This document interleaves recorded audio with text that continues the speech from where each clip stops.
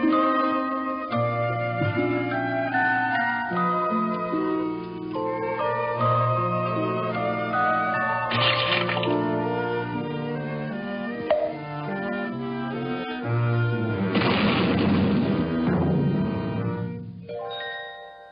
welcome to Moments with Meaning, and today we're going to talk about one consciousness and the world as you pushed out. And this was a special request, and the two kind of go together. So I was asked to expand on it some more, so here we go. Yay!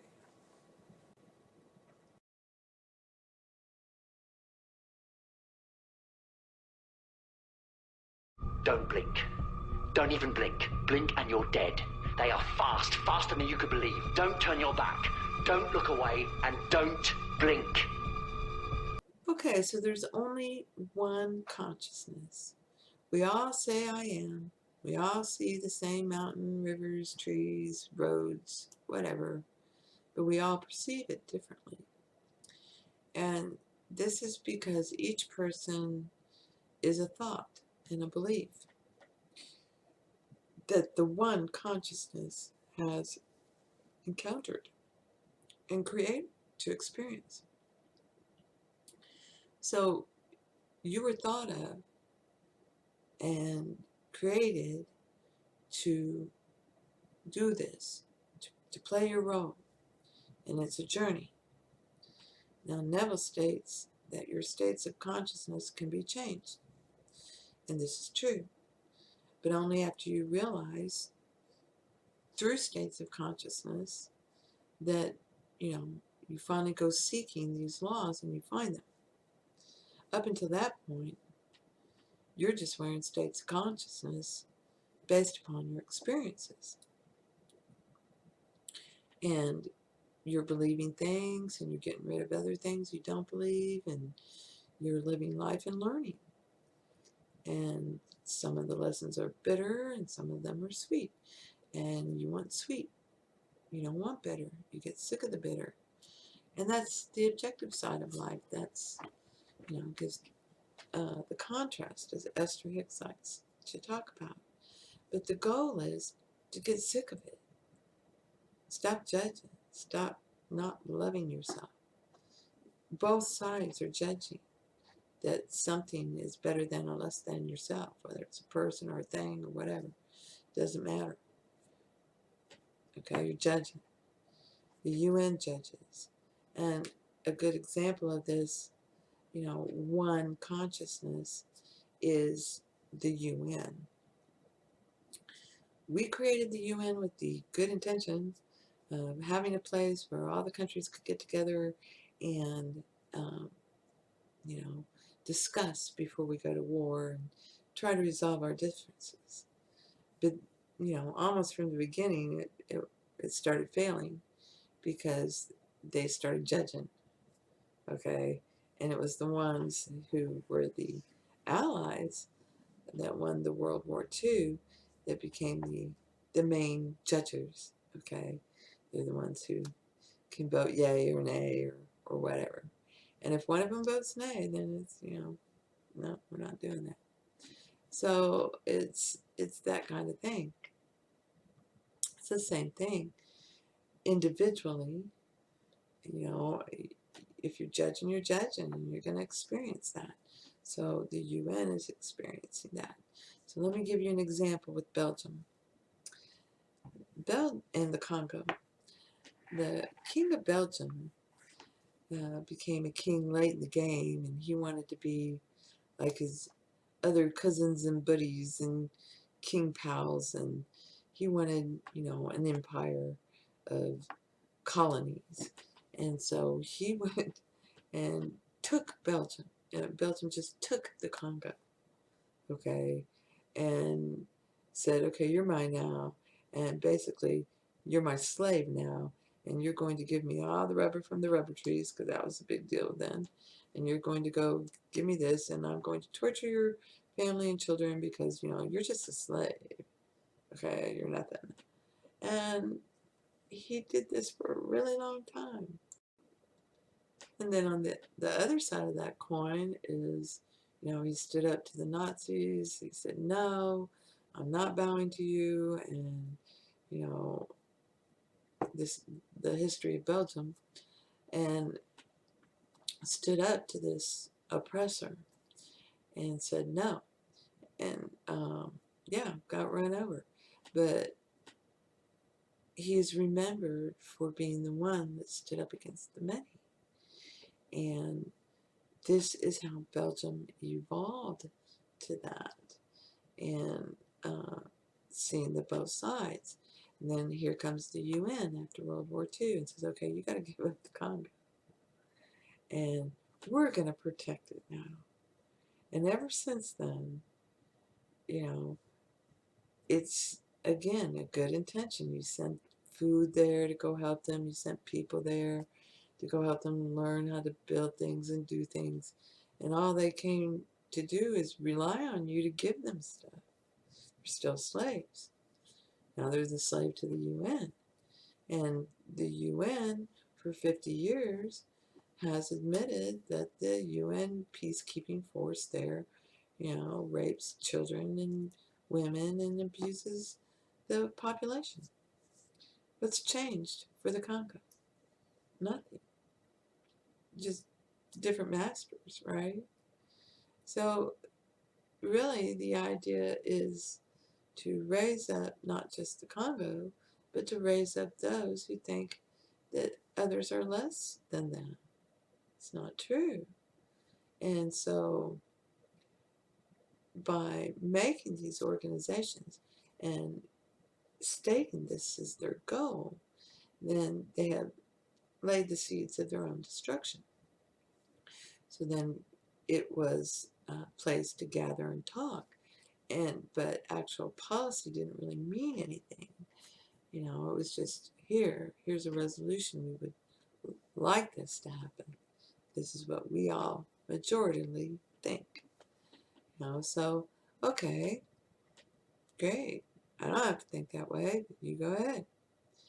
Now, they want to become a world government organization, and they believe that their resolutions should be treated like law everywhere. And anyone who doesn't is the devil. And of course, the people who are saying, no, I'm not going to believe that, think they're the devil. Can't both be the devil now, can they? Trickster. No, they think they're the devil because they think they're judging them and taking their love away, but they're the ones who judged and took the love away, believing that others could be less than or more than others.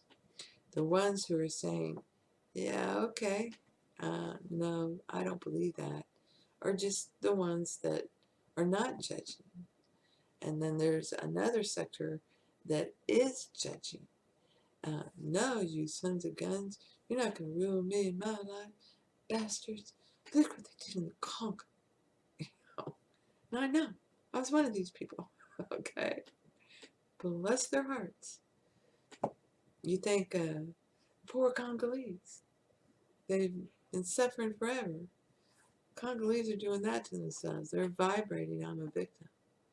And that's because if you go back even further, you can see, oh, what a tangled web we weave, that they were an empire and had gold, so much gold, that they caused a great inflation when their leader went out to go check out the world, and he spread his gold all over the place. And if you look back, everybody has been an empire, risen and fallen. And if you look at it, you can see they fell because they took their love away, thought they were better than the people they ruled. And so the people said, yeah, I don't think so. There is no you without us. Okay? So one consciousness is battling this battle of good and evil, which is nothing more than you've judged yourself one way or another. One man's trash is another man's treasure. It doesn't matter. It's all beautiful. It's all lovely. And there's plenty of love for all. So it's all about feeling, just as Neville said. But Neville could only see up to a certain point, just like only I can see up to a certain point. And you and everyone else, you can only see up to the point that you are in the story. Once you flip, once you repent, once you do the 180 and start looking from the subjective side, then you can see it. So there's one consciousness.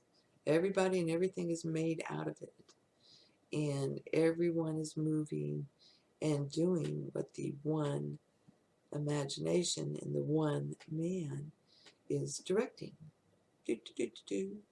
And there's inside of each atom, each cell in that man are the three: consciousness, imagination, and divine love. These three. Okay? And you're the fourth. You're D'Artagnan. And all for one, one for all. And, spinning, moving, going forward, up, up, up, shedding states of consciousness. So then you get to someone like Neville, and you start realizing, holy cow, I've been doing all this crap to myself. And you deal with your world, but you don't necessarily think about dealing with the world. And a lot of people just, I'm blocking that out. I'm not thinking about that. That's ugly. I can't think negative. And Neville did point out, you don't think negative, uh, default to love. So you really have to stop and think about what you're hearing and do something about it if you stopped and listened. So it's time to, just say, I don't believe that, and walk away or whatever. And then it fades away, just like Zika did. Nobody talks about Zika anymore. I'm believing that shit. It's ridiculous. It's just a poor little mosquito, a poor little virus, and they're lovely. Plus their horns. Anyways, the world is you pushed out in the sense that, only you see through your eyes, smell through your nose, taste it with your taste buds, hear with your ears, and touch with your fingers, and only you can see through your perception, your experiences that have created this perception. And no one else is like you.